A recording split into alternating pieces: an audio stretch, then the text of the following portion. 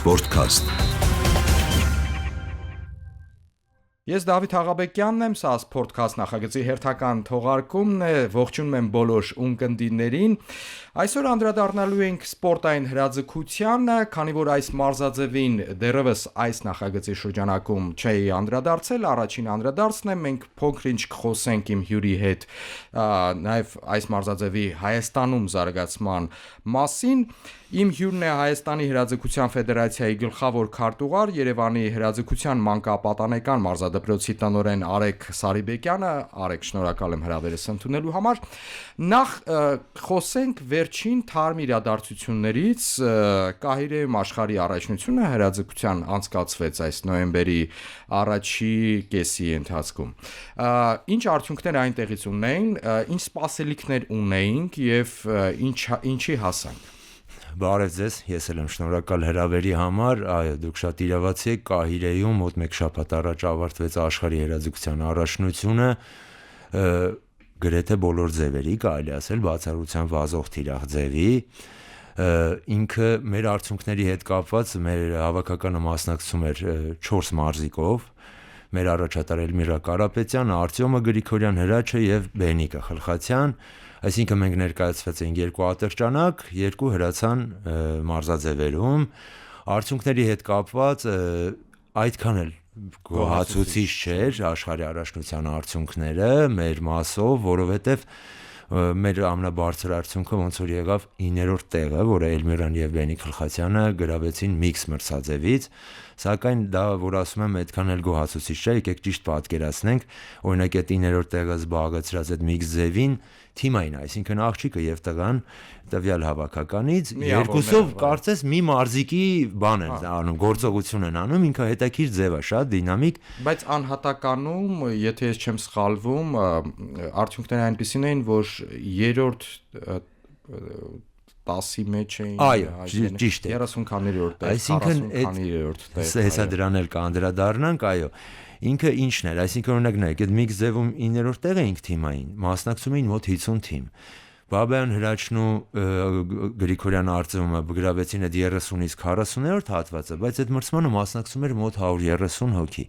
այսինքն նույն երկուսն էլ գերակատարել են միջազգային կարգի սպորտի վարպետի նորման, այդ որ մենք ասում ենք, մենք գոհ չենք այդ բանից, իրոք գոհ չենք արկա վիճակը գնահատելով, բայց եթե մենք նայում ենք օրինակ 3 տարի առաջ նույն միավորները տղաների հրացան ձևերում, բավականին առաջ են գնացել, ուղղակի Այստեղ ասում եմ մի հատ շատ կարևոր հետաքրքիր բան ասեմ, բոլոր սպորտերին իհարկե հարգանքը, սպეციფიკան դա լրիվ ուրիշ է, սակայն իրոք այսօր գիտական, նույն օլիմպիական միջազգային մոկը իր ուսումնասիրություններով հրաձգություն սպորտաձևը համարվում է երևի այս պահում գործող աշխարհի ամենականկուր մրցունակ, այսինքն օրինակ հրաձգության մրցաշարը, որը սկսում է նախ մեր մասնակիցներն են շատ, քանակը շատ է Եվ ամենահետաքրքիրը դու ֆավորիտներ նշмарելու պարագայում դա գրեթե անհնար գործ է, անշնորհակալ գործ է, որովհետև ոչ թե 5-8 հոգի կա ֆավորիտ, այլ միջև աշխարհի առաջնությանը միջև 30-40 հոգի մարդ պոտենցիալ կար այդ մրցումը հաղթի։ Մեր մոտ էլ մրցումները 2 փուլով, այսինքն հիմնական մրցումը որպես այդպիսին կրակում ենք 130 հոգով, լավագույն 8 մի արդյունք ցույց տված մարդ անցնում է եզրափակիչ, արդեն այդ եզրափակիչ անցնելը մեր մոտ բավականին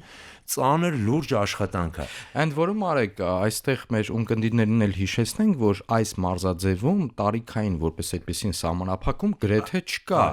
այսինքն կարող են ելույթ ունենալ թե 18, 20, 21 տարեկան երիտասարդ հրաձիգները, թե նույնիսկ 60 տարեկանները։ Այո, ճիշտ է, ինքը տարիքային սահմանափակումը մենակ ներքևի շեմին է վերաբերվում հրաձգության մեջ, այսինքն այդ 10 տարեկան ուղղակի այդ վարժ ինքը իրանով զենք այդ անընդհատ մասն է պրոֆեսիոնալ ձևով կիրառելը ողնաշարի բան ինքը ծանրաբեռնվածություն է առաջացնում, դրա համար նույնիսկ դեպքեր կան 9 տարեկանից եթե խոշոր երեխա է ընդունում ենք, իսկ վերևի սահմանափակում չկա։ Ես հիմա ասենց անգիր չէ, բայց Բուբնովիչ, օրինակ եմ ասում, Բուբնովիչը իմ հիշելով Բելարուսիայի հավաքականից էր, որը 56 թե 57 տարեկանում օլիմպիական մեդալ վերցրեց։ Դա ինքը քիչ տարածված բան է այդ սպորտաձևերում, ու ինքը ինչի համար է, դե իր ֆիզիկական պատրաստվածությունը էլի շատ բարձր պահանջ է, բայց այդքան չի ինչ որ շատ ուրիշ սպորտաձևերում։ Մոտ 20%, այսպես ասենք, 80%-ը մարդու այդ ներքին ամրության, պսիխոլոգիա եւ այլ հոգեբանական դիմացկունության, հոգեբանության, պատրաստվածության եւ այստեղ նաեւ ուրիշ բան առաջանում։ Շատ մեծ առաձգության մեջ նաեւ նյութատեխնիկական պատրաստվածության մասը, որովհետև դու կարող ես ինչ-որ մի X մարզիկից ակնհայտ ուժեղ լինես, բայց այդ նյութատեխնիկականով ակնհայտ պարտվես վերջնարդյունքում իրան։ Դու քո ատրճանակով, սպորտային ատրճանակով եւ հրացանով գնում մասնակցության, այնպես չի որ այնտեղ քեզ տրամադրում։ Չէ, նույնիսկ եթե, այսպես ասեմ, մի ժամով հանկարծ պրոֆեսիոնալ մարզիկից ինչ-որ մի մրցաշարում իր զենք ուղակի իր աչքի առաջից վերցնեն, դա արդեն լուրջ խնդրեմ է։ Այդպես բան չկա, ինքը իր զերքը, իր մարմնի շարունակությունն է դառնում ժամանակի ընթացքում։ Ու այստեղ խնդիրը նաև որն է, ինքը այդ տարածվածության մասով որ ասում է, ինքը ինչ է կատարվում, հրաձգության մեջ անդամները գրեթե այնքան են, ինչքան Միացյալ ազգերի կազմակերպության երկրների քանակն են, այսինքն մի փոքր մաս այնտեղ աֆրիկական երկրներում ոնց որ չեն հասցնում մի փոքր մաս լատինական հյուսային Ամերիկայում, բայց ամբողջ աշխարհը զարգացնում է հրաձգություն։ Շատ տիպային օրինակ բերեմ, ինքը ուղղակի որ հերոստատեսային տեսակետից ես ինքս հրաձգության մեջ լինելով գիտակցում եմ, որ երբ որ դու հերոստացույցով նայես սովորական մրցումները, եզրափակիչները ուրիշ հարց է, բայց ինքը հետաքրքիր չի, որտեղ այնտեղ թվեր է փոխվում, դու պետք է ուղղակի մեջի մարդ լինես, որ հասկանաս ինչա դա քեզ հետաքրքիր լինի։ Իսկ ուղղակի ինքննդրի համար հիմնականում նույնիսկ հերոստահեռարձակում չենք ապահովում սովորական մրցումներին։ Դիտում ենք անշարժ կանգնած հրաձիգի, կան ձևեր մի քիչ ուրիշ ձև է, բայց հիմնականում դա է։ Եզրափակիչները արդեն դա էլ է, նոր փոփոխություններ է մտցվում։ Նույն Երևանի Եվրոպայի առաջնությանը, որ 26 թվին սպասելու ենք, իր մեջ նոր արդեն ձևեր ենք մտցնում, ինքը Եվրոպան եւ աշխարհի ֆեդերացիաներն են այդ ուղղությամբ աշխատում, որ ավելի նաեւ դա, քանի որ դա անհնար է այսօր հաշվի չառնել, ինչքան էլ դու գիտես, հավանաբար ամենից դիտարժան շարժական թիրախի այդ մրցատեսակն է, չէ՞։ Շատ ճիշտ է, հենց շարժական թիրախի մրցատեսակն է, որի առաջնությունն էլ եղավ Եգիպտոսից առաջ հուլիս ամսին, եթե չեմ սխալվում, ես էլ էի մեկնել թիմի հետ, բավականին հետաքրքիր արկածներով իմիջիայլոց հասավ։ Ֆրանսիայում էր, եթե չեմ սխալվում։ Ֆրանսիա Շատորու, դա իրանց օլիմպիական կենտրոնն է, որտեղ նաև օլիմպիական խաղերի մասով էր հրաձգությունը անցկացվում։ Բավականին հետաքրքիր կերպով գնացինք, ասում եմ փորձություններով, բայց հակառակ նաև ամեն ինչը թիմը արեց մաքսիմալ, որ մենք ընդհանուր դա Եվրոպայի առաջնությունների ռեկորդային մասնակցության քանակն էր 1500 մարզիկ էր մասնակցում եւ մենք ընդհանուր թիմային հաշվարկով գրավեցինք 6-րդ տեղը 6 ոսկե մեդալ վերցնելով ու այդ ամբողջ եղել է վազող թիրախից եւ այդ բանն էլ ուղղակի կիսատ մնաց օրինակ ասում եմ հրաձգությունը ինքը այդքան պոպուլյարնի չի ոնց որ տելևիզիոնն է բայց Գերմանիայի ֆուտբոլի ֆեդերացիայից հետո անդամների քանակով Գերմանիայում հրաձգությունն է ինքը բոլոր տեղերը նավանդ հիմա Ասիայում էլ է շատ մեծ քայլերով զարգանում Եվրոպայում դա վաղուց դարերի արդեն կարելի ասել ավանդույթներ ունի մշակութային լրիվ հենց շատ դիպուկ բառը ասեցիք մշակութային ավանդույթներ ունի որը մենք էլ ենք երազում որ մեր մոտ էլ ներդնենք ժամանակի ընթացքում իմիջիայլոց մի քիչ փոփոխություն կա որը մեր շատ մենք ուրախանում ենք այս զենքի օրենքի բանի հետ կապված ավելի ոչ թե մենակ որսորդական ես դու զենք կրել արդեն ելնում իհարկե նաև ինքնապաշտպանական նպատակով դա իրակի կատականելու բան չի շատ լուրջ է պետք վերաբերվել մենակ ուզելով չի որտեղ ինքը հիմքը պետք է լինի որովհետև ճիշտ կարողանաս դու ֆունդամենտը կառուցես Այստեղ մի սուլիչի ձայն լսեցինք Արեգ եւ վերադառնանք Ֆրանսիայում անցկացված այդ վազող թիրախի մրցումներին այդտեղ դուք նշեցիք 6 ոսկե մեդալ են մեր հրաձիկները նվաճել, դա մեծ նվաճում է եւ ես տեսա որ պատվո հարթակին նույնիսկ 4-ով էին կանգնած, այսինքն թիմային հաղթանակի են հասել մեր մարզիկները։ Խնդրում եմ մանրամասնեք, այստեղ սպասելի է այսպիսի արդյունքը։ Դուք գիտակցում եք, որ կարող են մեր հրաձիկները 6 ոսկե մեդալ եւ թիմային հաշվարկում առաջին տասնյակի մեջ լինել։ Դավիթ ջան, շատ հետաքրքիր բան ասեցիք։ Ինչ որ մասով մենք որտեղ որ սպասում ենք մի ինչ որ շապով չիրականացավ, այնումից որ սպասում էինք ոսկի, ոչ թե արծաթ օրինակ։ Իսկ օրինակ Հովհաննես Մարգարյանը պետք է նշեմ, որտեվ ինքը մենակ երիտասարդ բավական մարզիկ է, չէ՞։ Հովհաննես Մարգարյանը 26 տարեկան է կարծեմ, բայց ինքը համ Եվրոպայի ռեկորդ արեց, համ աշխարհի ռեկորդ արեց, ու այն ձևից արեց այդ ռեկորդը, որ այդ վարժասարքը, այսպես ասած, դա կոչվում է 50 մետր վազող թիրախ, 30 գումարած 30, այսինքն 30-ը դու կրակում ես 50 մետրանոց թիրախին, որը վազում է,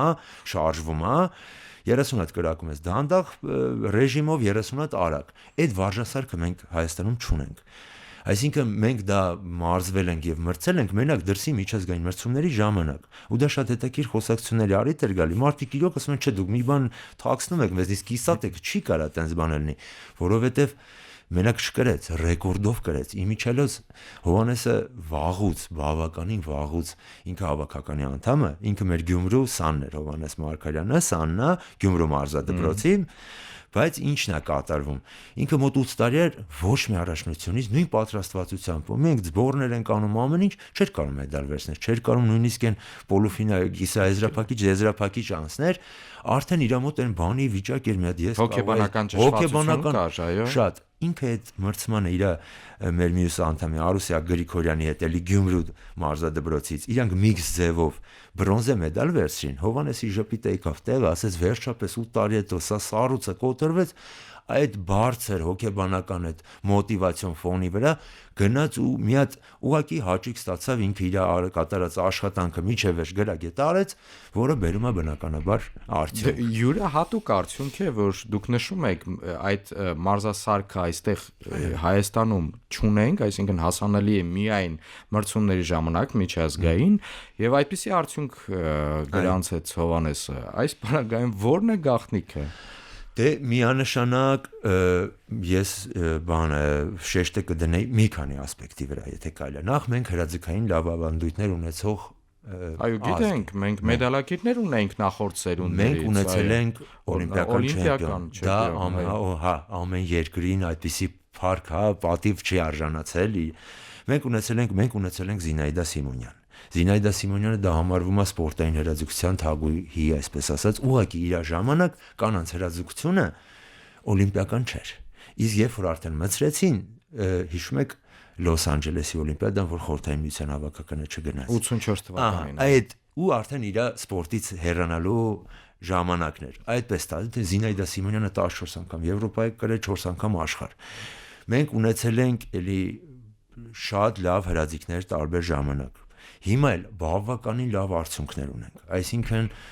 հիմա մոտավորապես մեր ամենառեալ համեստ հաշվարկով մենք Եվրոպայում պայքարում ենք լավագույն 25-ի մեջ տեղավորվելու։ Այդ 25-ը միգուցե կթվա այնպես մեր հյանից բան կա, չէ՞, դե մեդալ չկա, ուրեմն դե լավ չի, որ մեդալ չկա։ Իհարկե, եթե ինչ-որ X կետի ես հասել, որ պետք է լինի տեղից չկա, հա, բայց հələ պետք է հասնես այդ X կետին։ Մեր մոտ այս հրաձգություն, մեր սպորտային հրաձգությունը իր զարգացման են դանդաղ, բայց կայուն քայլելով տարին տարի վրա սպորտային հրաձգությունը զարգանում է։ Մենք օրինակ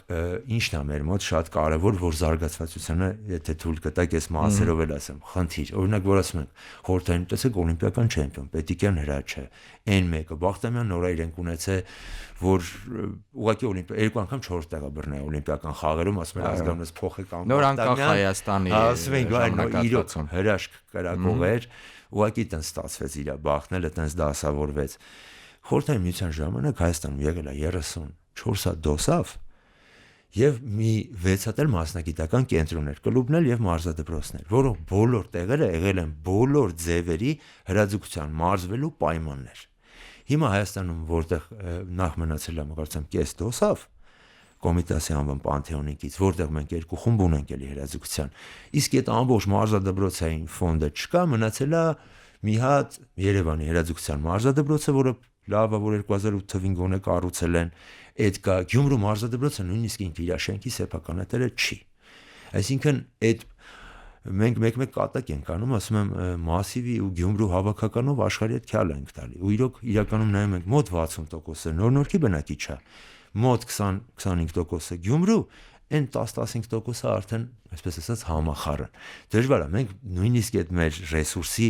երևի Հայաստանի մասշտաբով 5%-ն է չեմ կարող օգտագործել։ Ապա այս պարագայում Արեգ ո՞րն է որ դուք ասում եք քայլ առ քայլ տարեստարի ինչ-որ մի բան զարգացման ուղղությամբ գնում է ենթակառուցվածքի զարգացման ուղղությամբ թե որ ուղղությամբ։ Ինքը նույն մեր մարզադպրոցը որ ասում է, եթե 2011 թվականին դուք գայիք մարզադպրոց, ընդեղ էլի ես ինչ հնարավոր անում էին այդ բային, այդ ժամանակ այդ հնարավորություններ երևի։ Ընդեղ մարզվում էր մոտ հավաքականը որոշվում էր 20 հոգուց, այսինքն Պաստանի մարզվողների քանակը 20 հոգի։ Հիմա 20 հոգի մենակ մեր հավաքականն է։ Ինքը այդ որ ասում ենք ամեն մարդու նյութատեխնիկական ապահովվածություն է պետք։ Օրինակ հրացանկրակող հրաձիգը պրոֆեսիոնալ, որին հավաքականը կուղարկի առաջնության ինչ-որ տեղ, իր մենակ զենք, հանդերձանք, կոշիկ, մենակ այդ մասով մոտ 10,000 եվրո է այդ ամեն ինչը իրար հետ, այսինքն բայց իրան հետնել պետք է մի հատ թիրախ էլեկտրոնային, որը արդեն թիրախն է 3000 եվրո, եւ այդ մարդը ուղղակի ամեն իր պարապմունքի ժամանակ, եթե մանրագնդակ է կրակումը մոտ 1000 ժամի մանրագնդակ ամեն օր։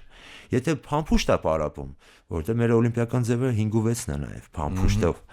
եթե փամփուշտ է օրական 15-30,000 ժամի փամփուշտ է։ Իսկ եթե հանգարց այդ ափսեներով ստենդային հրաձգություններ դե օլիմպիական ձևը մեր հրաձգության մաս է։ Իր պայմանները դե մեր մոտ շատ ավելի ծանր, որտեղ ամենաթանկն է իր պահելը։ Ստենդային հրաձգության մի պարապմունքը, եթե ամեն ինչ ունես, այդ որ ասեցի, այդ գույքային մասը, ուղղակի պարապմունքիդ համար դու մոտ 60-ից 80,000 ժամ ափսե ու փամփուշտ ես օգտագործելու։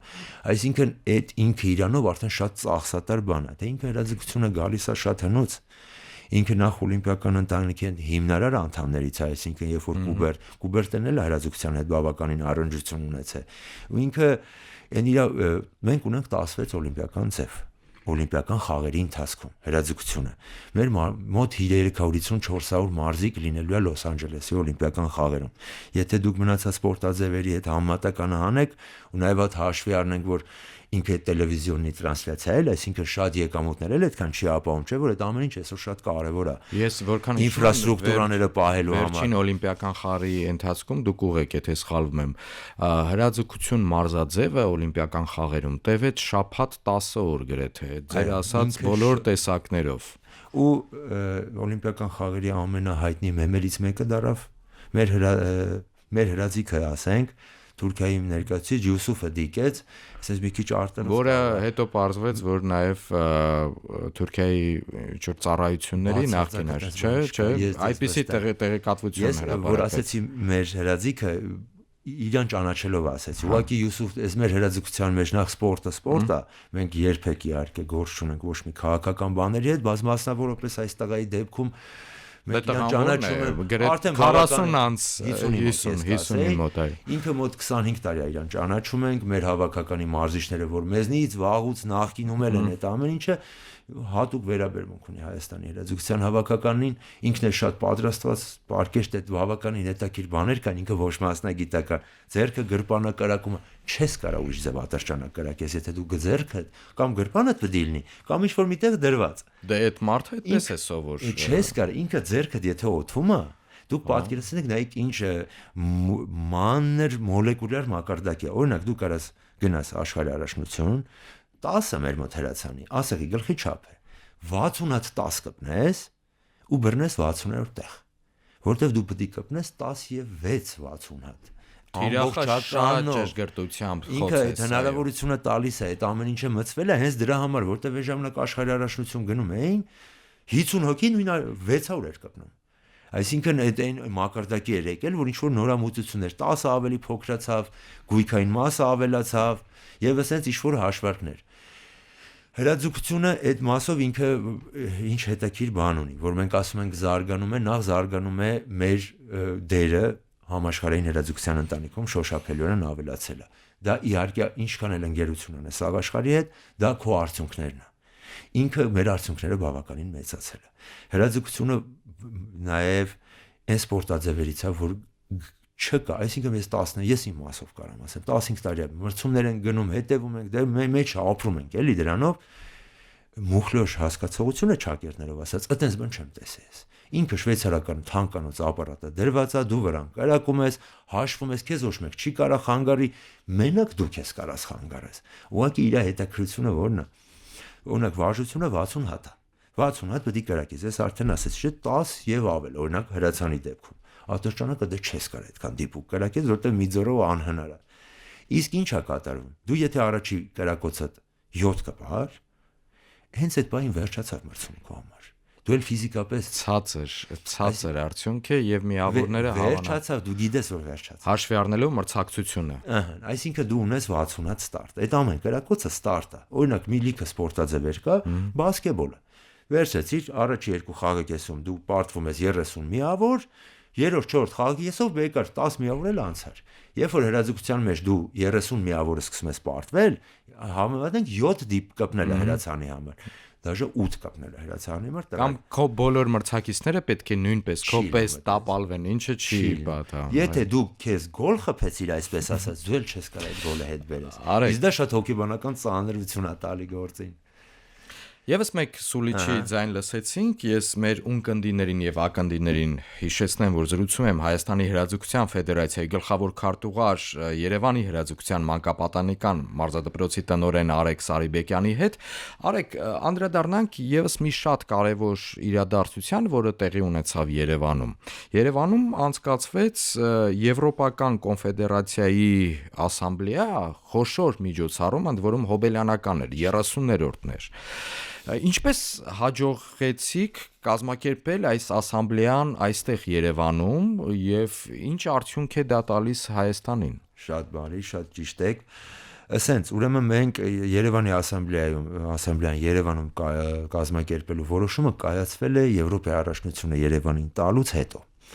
Ես դες պարզ ասեմ, ինքը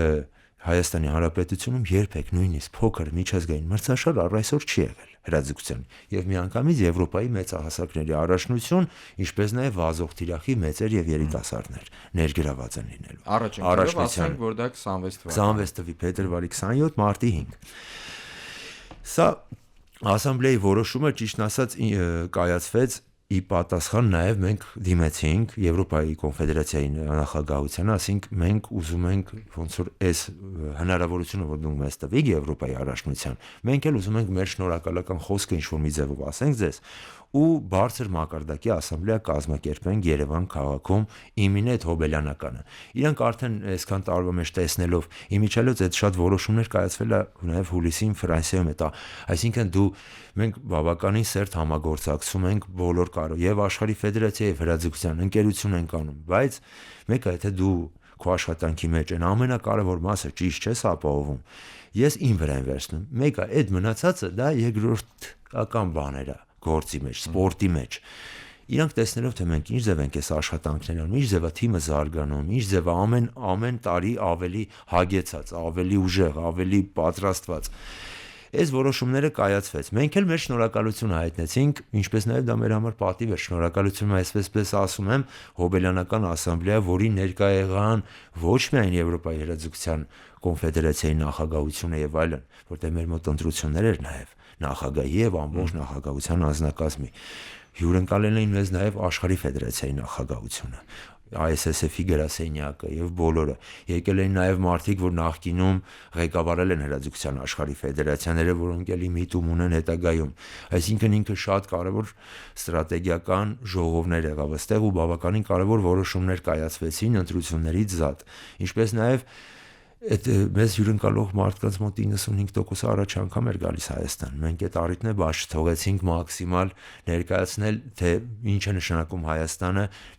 թե հրաձգության հետ առնչվող, թե հրաձգությունից դուրս, թե մեր պատմությունը, թե մեր մշակույթը, թե ամեն ինչը։ Եվ բավականին ու մի հատ հետաքրքիր բան եղավ, ասում եմ գլուխ գովալ չլինի, էդ էլ ասեմ, որտեվ այդ արձագանքները եկավ ու մեզ չէր, մեր այդ, օրինակ մեր Վրաստանի ֆեդերացիայի նախագահ Նինո Սալուկվաձե, որը էլի լեգենդա, 10 անգամ օլիմպիադայում մենակ մասնակցել, ոսկի արծաթ ամեն ինչ ունի, ինքը շատ հնաբանակ է հրաձգության էլի, հիմա ինքը նաև Եվրոպայի կոնֆեդերացիայի փոխնախագահն է, իրան մոտենում էին հերթով դելեգատներ, ասում էին Նինո ջան, մենք հայրին ցես բան չենք անում, մի քիչ ամաչում ենք, ասենք, բայց էսի հազվագյուտ ասամբլեա, ասում եմ, բոլորը sense տեղերը, բնականաբար քաղաքականություն կա, հազար բաներ կան, ինքը շատ ֆինանսապես ապահովված ֆեդերացիաներ են, այս հրաձգության ֆեդերացիաները, որտեղ արդեն պատկերացնում եք ինչ թվային գումարների մասին է խոսում, ասում եմ, սա հազվագյուտ ասամբլեա էր, որը որ բոլորը այստեղ ճամբարա բան չեղավ, ոնց որ բոլորից մի ձեռք սարքեցին, բոլորս այն մի թիմը զգացինք, որ վաղուց չէինք զգացել, դա մեր համար երևի ամենաբարձր գնահատականն է։ Մթնոլորտը չափազանց ջերմ էր, դա ապահովել է։ Եվ իհարկե այն արդյունքները ընտրության, որ մենք ցանկանում էինք ավելի հեռանկարում դա ենք տեսնում, այդ ծրագրերի իրականացումը ավելի ռեալ ու մեզ ավելի նպատակահարմար, այդ ծրագրերն էլ հենց այտենց գնացին, այսինքն բոլոր մասով ասամբլեան ստացված կարելի էր համարել, ճիշտ է, ինքը բավականին մեծ միջոցառում էր, հրաձգության ֆեդերացիան, ասում եմ, ինքն իր ուժերով, իր ընկերների, բարեկամների ուժերով այդ ամեն ինչ արեց, նա մասնավորապես ֆեդերացիայի նախագահ Արտուր Հովհաննիսյանը մեծ ջանք դրեց, շատ մեծ էներգիա, բոլորս փառքով արեցինք, հիմա հերթը եկավ Եվրոպայի առաջնությանը։ Այդ դրա մասին էլ կխոսենք, այս վերջնամասում, վերջին րոպեներն են արեք։ Բավական ծանր է, չէ՞, կազմակերպել Եվրոպայի առաջնություն այստեղ Երևանում։ Այո, նամանտ Ընդհանրապես կազմակերպել տենց մեծ միջոցառում, որովհետև հասկանում եք, որ մասնակիցները դուք մեր զրույցի սկզբնամասում նշեցիք, որ մասնակիցները բավական շատ են։ Այո։ Ինքը ուղղակի մեր պարագայում արդեն այս քանի տարի միջոցառումը շատ տարիներ ենք ունեցել, շատ առաջնություններ հենց սպորտային եւ ինչու՞ չէ, նաեւ ոչ սպորտային, բանկային համակարգում շատ պատկառելի միջոցառումներ եղել եւ այլ, որտեղ մենք արդեն ուսումնասիրում ենք այդ ամեն ինչը, որ պատրաստվենք, այո։ Եվ այդ փորձն էլ բավականին ուժեղ փորձը կա, իհարկե հրաձգություն առաջի անգամ մեր մոտ անել ենք մարզահամերգայում համալիրում, մենք այդ կառույցները չունենք պատրաստի, որտեղ կարող ենք անել, բայց բոլոր ասպեկտները ուսումնասիրել ենք, կառավարությունը լիդեմս ԿԳՄՍ նախարարության այդ ֆինանսավորման հարցերն է հենց հիմա ընթացքում է, պետք է մաքսիմալ պատրաստ ձևով այդ ամեն ինչ անենք, որտեղ գալու է մոտ 700 հոգի, որոնցից մի 550-ներ են մարզիկ, մնացածը էլի տարբեր ներկայացուցիչներ, նույն զենք արտադրող համաշխարհային ընկերության այդ ներկայացուցիչներ են գալու, Վալտերն, Շտայերն, այդ սաղ մասնագիտական բաները, հարցերը ու մեր հյուրանոցային ոլորտը մեր մոտ փառքաստով ոնց որ բավականին կայացած է, սննդի հետ կապված, ասում եմ, մեր մոտ գաստրոնոմիական, կենտրոններից ենք դարել աշխարհի քարտեզի վրա, անվտանգության ընդհանուր քաղաքի անվտանգության մասն է շատ լավ է մեր մոտ թու մնում է իհարկե այդ մասնագիտական նյուանսները կառուցեն, թրաֆիկն է, մեր խցանումներն է խնդրեմ, որտեղ այս հրաձգների մոտ մեխանիզմի պես է ամեն ինչ աշխատում, ինքը պետք է ստեղծի նստի ավտոբուսը այդ վարկյանին հասնի ինձ, որ իր գրաֆիկը սա ոչ մի բան ավելորդ իրան չանի։ Չափազանց կարգապահ, պունկտուալ են, այդ բանն էլ օգտագործում։ Հետաքրքիր բան է, օրինակ մենք հիմա ասում եմ մասիվում է դպրոցը, բայց մենք ունենք 2 խումբ Արշակունյացի վրա եւ Քանաքերում ունենք 2 խումբ, այնտեղ էլ հրացան ենք, բայց այդ մի դպրոցի խմբերն են, էլի ոնց որ մասիվի դպրոցի։ Ես միշտ կոչ եմ անում, եկեք, ինքը անվճար դռները բացին, ասում եմ, ինչ հնարավոր անում ենք։ Ուղղակի գիտակցում եմ, որ դժվար է այսօրվա կյանքում ասենք 16-րդ թաղամասից ամեն օր երեխային բերել մասիվ պարապմունքի, բայց ինքը այդ կարգապահություն, կենտրոնացում, ավել չխոսալ, դա շատ կարևոր ունակություն է, անիմաստ չխոսալ, չնյարդայնանալ։ Դուք հատուկ շեշտում եք, որ Եվրոպայի առաջնության մասնակիցների համար պետք է ամեն ինչ այսպես շատ սահուն ոչ մի ավելորդ բան, մարդը մրցմանը մեկնելիս, ենթադրենք հյուրանոցից մրցման կետ գնալիս պետք է չնյարդայնանա, որովհետև դա իր նաև մրցելույթին կարող է անմիջապես ազդել։ Արեք, եւ վերջին հարցը, վերջին րոպեն է մնացել։ Ընդունող կողմը որպես կանոն զուտ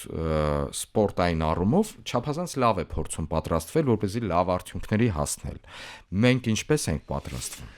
Մենք հրաձգությունը հետաքրքիր սպეციფიկաներ ունի ուրա։ Օրինակ ինքը ես համեստություն բառը միգուցե ճիշտ չի, բոլորն էլ մեր սպորտային աշխարհը իրոք մերոնք մասնավորապես ամբողջ աշխարհն այդ համեստության բանը կա, սպորտսմենը դիսցիպլինայի արդյունքում,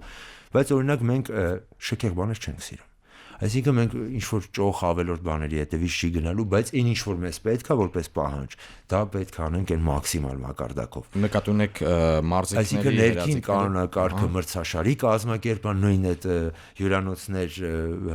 համալիր մեր մարզիկների պատրաստությունը։ Մեր մարզիկների պատրաստությունը իհարկե առանձին փուլով վերջինս դուգատեսը որ եղավ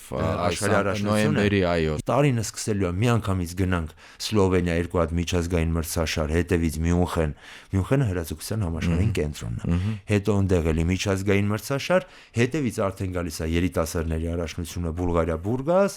եւ մեծերինը Երևան։ Այսինքն հագեցրել եք նախապատրաստական եւ հələ հավելյալ բաներ էլ կա, մի բան էլ հետաքրիր ավելացնեմ, քանի առիթ է, որտեղ մենք հույս ունենք, որ մեր հանդիսատեսները համալիրում գալու։ Օրինակ հրաձգությունը ասած հետաքրիր բան ունի։ Սովորական մրցումը ձայն չի գալի ընդհանրապես։ Եթե դու կողքից օրինակ Դավիթ ջան, դու օրինակ կրակող լինեիք, ես գասեի Դավոթ ջան, դե կպի 100% ես ձեզ խանգարելու էի շատ կրիտիկական չափի։ Իսկ եզրափակիչները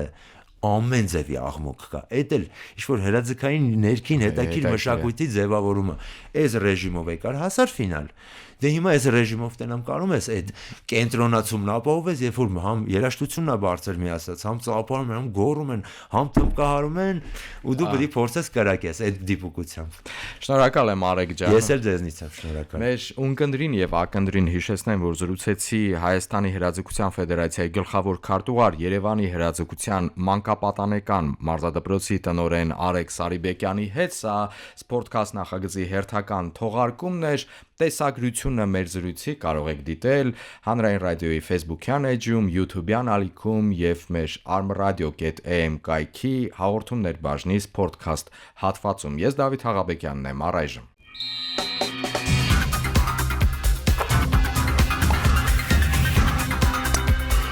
Sportcast